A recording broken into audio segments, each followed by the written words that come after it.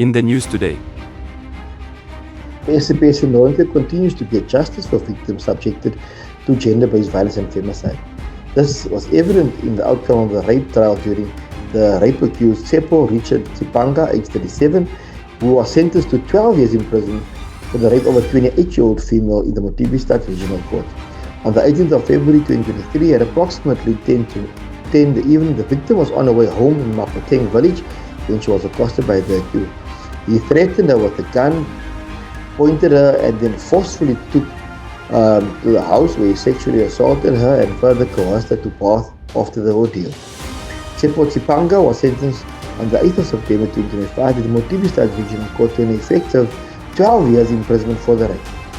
The acting District Commissioner for John Taule Hatsiwe, this is Brigadier Kenneth Baloy, commended the investigation officer, Detective Constable Larato Badukani of the Kuruman Cells Family Violence, Child Protection and Sexual Offences Unit for meticulous investigation that culminated in bringing justice to the victim.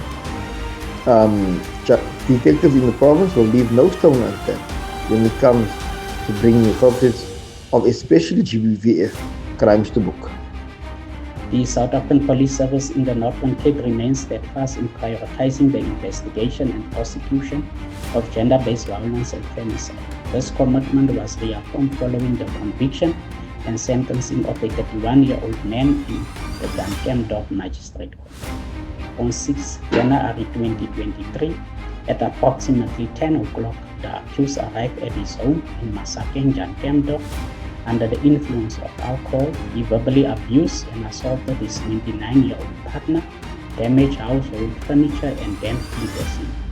The victim reported the incident to the police, leading to a case of assault with intent to cause grievous bodily harm and malicious damage to property being opened. The docket was assigned to Detective Sergeant Sidwell Dastile, the Hatswata Family Violence, Child Protection and Sexual Offences Unit.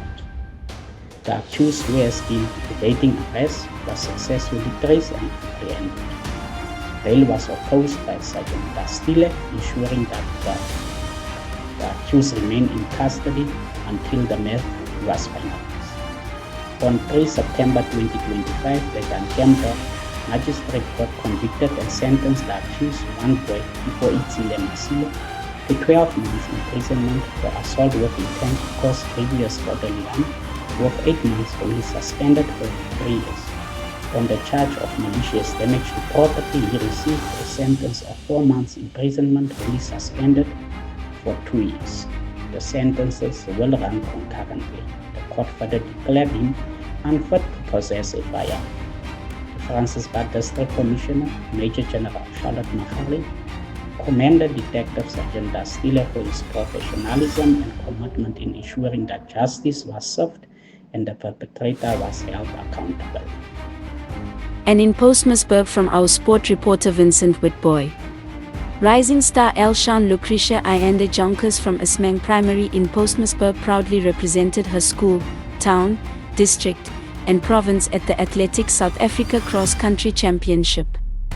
In the 2 kilometers race, she finished in 9 minutes and 27 seconds, just 5 seconds short of qualifying, showing her talent, discipline, and determination.